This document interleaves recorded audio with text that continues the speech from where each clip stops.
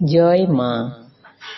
শ্রী শ্রী মায়ের স্মৃতিকথা থেকে আমাদের পাঠ চলছে শ্রী সারদা, মা, মেয়ে ও গুরু। পৃষ্ঠা সংখ্যা 159 থেকে 161। সময়ে সময়ে মায়ের বালিকার মতো মান অভিমানও সন্তানদের বিশেষ আমোদের বিষয় হইত। জয়রামবাটিতে একদিন রাঁধুনি না থাকায় নলিনী দিদি রুটি সেঁকিতেছেন, মা রুটি বেলিতেছেন, সঙ্গে তাহার একটি সন্তানও রুটি বেলিয়া দিয়া সাহায্য করিতেছেন। সন্তানটি রুটি বেলায় দক্ষ। নলিনী দিদি প্রায় সর্বদাই প্রাচীনা শাশুড়ির অভিনয় করিয়া মাকে শিক্ষা দেন।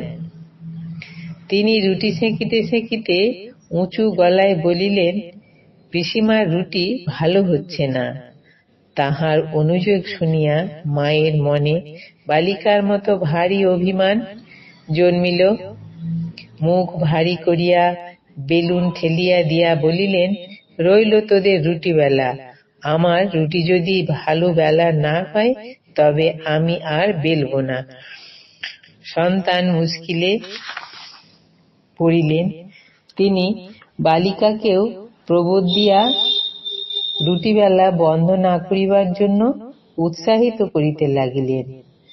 মা বলিলেন, আমি সারা জীবন রুটি বেলে আসছি, আর আজ আমার রুটি খারাপ হলো?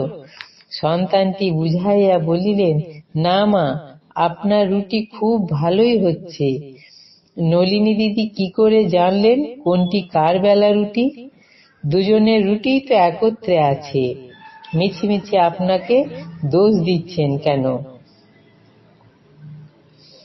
আপনার রুটি খুব ভালোই হচ্ছে।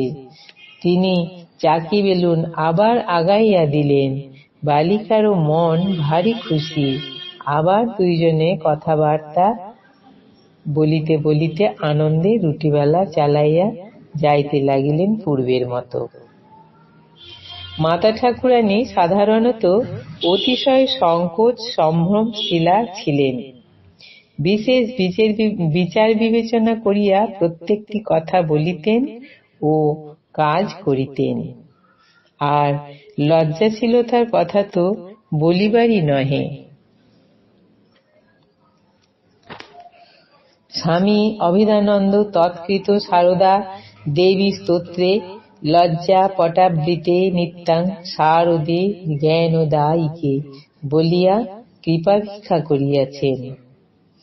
স্বামী বিবেকানন্দ তৎকৃত শ্রীরামকৃষ্ণ স্তোত্রে ওং হ্রিং ঠাকুর ও মা উভয়ের বীজ মন্ত্রে সশক্তি ভগবানের স্তব করিয়াছেন।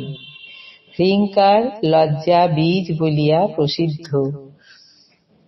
মা লজ্জারূপিণী ছিলেন সত্যই, কিন্তু তাহার জগজ্জননী ভাবের সঙ্গে সঙ্গে গুণাতীত পরমহংস অবস্থা বালিকা ভাবও স্বাভাবিক ছিল, এবং যাহাদের তাহার সন্নিকটে থাকিবার সৌভাগ্য হইয়াছে তাহারা সদা সর্বদা তাহার চিত্তদ্রবকারী সলজ্জ মাতৃভাব ও মাতৃমূর্তি দর্শনের ন্যায় সময় সময় লজ্জা শূন্যা বালিকা মূর্তি ও বালিকা ভাবের পরিচয় পাইয়া বিস্মিত ও পুলকিত হইয়াছেন।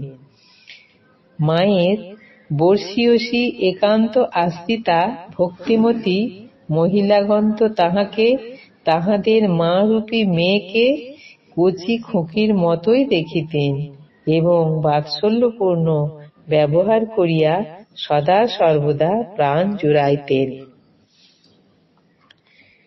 কোন কোন শিষ্য সন্তানও কদাচিৎ এরূপ অবস্থার সম্মুখীন হইয়া কিং কর্তব্য বিমূঢ় হইলেও পরমানন্দিত হইয়াছেন। আজ এই পর্যন্তই। জয় মা।